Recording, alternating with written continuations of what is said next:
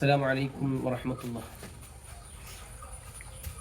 റഹ്മത്തുൽ ആലമീൻ മുഹമ്മദുർ റസൂലുള്ളാഹി സ്വല്ലല്ലാഹു അലൈഹി വസല്ലമ തങ്ങളുടെ വാലിദൈൻ ഷരീഫൈൻ്റെ മഹത്വം എത്രമേൽ ഉന്നതമാണ് എന്ന് എത്ര പറഞ്ഞാലും തീരുകയില്ല.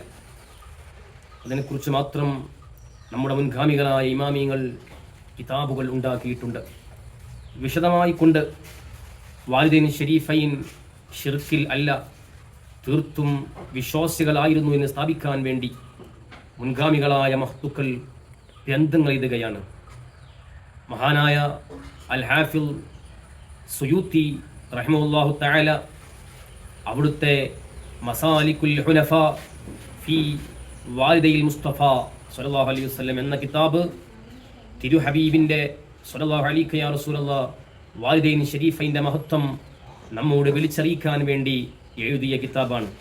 അവിടുന്ന് അതിൽ പറയുന്നു, ലം യസ്ബുത് അൻഹുമാ ശിർകുൻ ബൽ കാനാ അലൽ ഹനീഫിയ്യതി ദീൻ ജദ്ദിഹിമാ ഇബ്രാഹിം അലൈഹിസ്സലാം. ഹബീബായ തങ്ങളുടെ വാലിദൈൻ ഷരീഫൈൻ മുഴുവനും ഒരാളെ പേരിലും ഷിർക്ക് സ്ഥിരപ്പെട്ടിട്ടില്ല, അവിശ്വാസം സ്ഥിരപ്പെട്ടിട്ടില്ല. മുഴുവൻ ആളുകളും ഋജുവായ പാതയിലായിരുന്നു.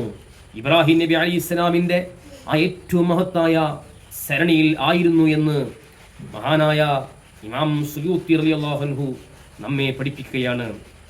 അറബികളിൽപ്പെട്ട ഒരു വിഭാഗം ആളുകൾ അങ്ങനെ ആയിരുന്നുവല്ലോ. Sayyid bin Amr bin Nufail, വഖൈസ് bin Saida, Waraqah bin Naufal, Umair bin ഹബീബിൽ ജുഹനി, വഅംർ ബിൻ ഉത്ബ തുടങ്ങിയവർ എന്നതുപോലെ ഹബീബായ തങ്ങളുടെ വാലിദൈൻ ഷരീഫൈനെയും അവർക്ക് മുമ്പുള്ളവരും ആ പരമ്പര മുഴുവനും ഏറ്റവും നല്ല ഉന്നതമായ സരണിയിലും വിശ്വാസത്തിൻ്റെ ഏറ്റവും നിഷ്കളങ്കമായ പാതയിലുമായിരുന്നു എന്ന് ഇമാം ഹാഫിദ് സുയൂത്തി റളിയല്ലാഹു അൻഹു നമ്മോട് പഠിപ്പിക്കുകയാണ്. അതുകൊണ്ട് ആ വാലിദൈൻ ഷരീഫൈൻ്റെ മഹത്വം മനസ്സിലാക്കാനും അവരുടെ മഹത്വങ്ങൾ പറയാനുമൊക്കെ നമ്മൾ ഈ സമയങ്ങൾ ഉപയോഗപ്പെടുത്തണമെന്ന് ആവശ്യപ്പെടുകയാണ്. അല്ലാഹു നമുക്ക് തൗഫീഖ് നൽകട്ടെ.